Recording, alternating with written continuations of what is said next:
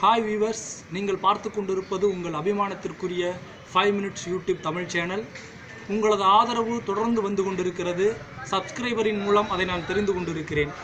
இன்று எனது உரை அதிகமான பணத்தை வைத்துக்கொண்டு மாற்ற முடியாதவர்கள் மிகவும் வருத்தமடைவதாகவும் மிகவும் வேதனைப்படுவதாகவும் பல செய்திகள் வந்து கொண்டிருக்கிறது.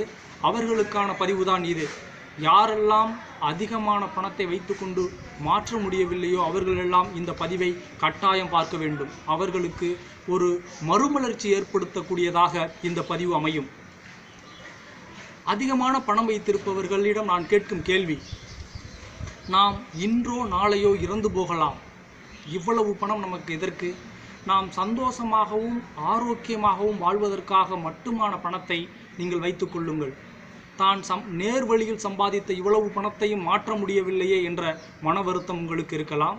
சிலர் தவறான வழியில் சேர்த்து வைத்த பணத்தை கூட மாற்ற முடியவில்லையே என்று மிகப்பெரிய வருத்தம் இருக்கலாம். சில நண்பர்கள் என்னிடம் கூறியது, மிகப்பெரிய தொகையை வைத்திருப்பவர்கள் மாற்ற முடியவில்லை என்று ஒரு பைத்திய நிலைக்கு சென்று விட்டதாக கூட சிலர் கூறியிருக்கிறார்கள். நாம் அதற்கு தேவையில்லை. ஏனென்றால் அந்த விளிம்பில் தான் நீங்கள் நின்று கொண்டிருக்கிறீர்கள். இவ்வளவு பணம் போயிடுச்சே அப்படின்ற ஒரு ஏக்கம் உங்களுக்குள் இருக்கலாம். அதையெல்லாம் தெளிவுபடுத்துவதற்காகத்தான் இந்த பதிவு. அந்த பணம் உங்களது 2வது தலைமுறையோ அல்லது 3வது தலைமுறையோ அல்லது 4வது தலைமுறையோ சந்தோஷமாக வாழ வேண்டும் என்பதற்காகத்தான் நீங்கள் இவ்வளவு பணங்களை சேமித்து வைத்திருக்கிறீர்கள். உங்களிடம் ஒரு கேள்வி, நீங்கள் சேர்த்து வைத்திருக்கக்கூடிய அனைத்து பணமும் உங்களது 2வது அல்லது 3வது 4வது சந்ததியினரை கண்டிப்பாக ஒரு மகிழ்ச்சியான வாழ்வுக்கு இட்டு செல்லாது. இதை மனதில் கொண்டு உங்களிடம் உள்ள பணத்தை எல்லாம் மாற்ற முடியவில்லை என்ற கவலையை விட்டுவிடுங்கள். சந்தோஷமாக வாழ துவங்குங்கள். ஒரு புதிய மனிதராக பிறங்கள். ஏனென்றால் நாமெல்லாம் இன்றோ நாளையோ இறந்து விடுவோம் என்ற ஒரு எண்ணம் ஒவ்வொருவர் மனதிலும் இருக்க வேண்டும். இவ்வளவு பணங்களை நீங்கள் குவித்து வைத்திருப்பது மிகப்பெரிய தவறு. அவற்றை விட்டு நீங்கள் ஒரு புது வாழ்விற்கு வருவதற்கு இது ஒரு முன் உதாரணமாக அமைந்துவிட்டது என்று சந்தோஷப்படுங்கள். பணத்தை வைத்துக்கொண்டு மட்டுமே வாழ்க்கை நடத்தும் ஒரு வாழ்க்கை ஒரு ஆனந்தமான, ஒரு ஆரோக்கியமான, ஒரு மகிழ்ச்சியான வாழ்க்கையாக இருக்க முடியாது. ஏனென்றால் பணம் வைத்திருப்பவர்கள் எல்லாம் சந்தோஷமாகவும் ஆனந்தமாகவும் வாழ்ந்து கொண்டிருக்கிறார்கள் என்பதை கண்டிப்பாக உறுதிப்பட சொல்ல முடியாது. கிராமத்தில் வாழும் ஒரு ஏழை வாழும் மிக மகிழ்ச்சியான வாழ்க்கையை பல்லாயிரம் கோடி வைத்து கொண்டிருக்கும் ஒரு பணக்கார நகரத்தில் வாழ்வதில்லை என்பது அனைவருக்கும் நிதர்சனமான ஒரு உண்மை.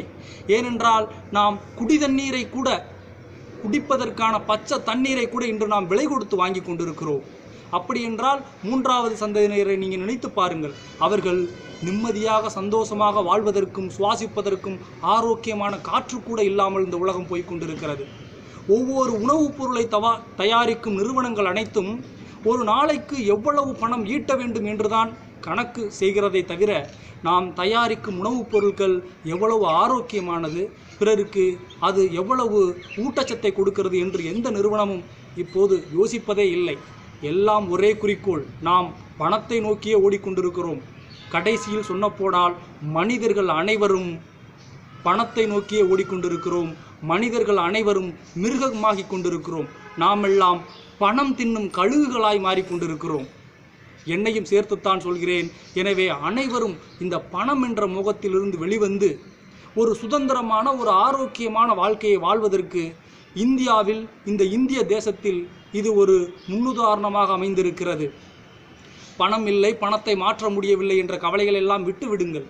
ஒவ்வொரு மணித்துளியையும் ஆனந்தமாக செலவு செய்யுங்கள், சந்தோஷமாக செலவு செய்யுங்கள். இதற்கு பணம் தேவையில்லை.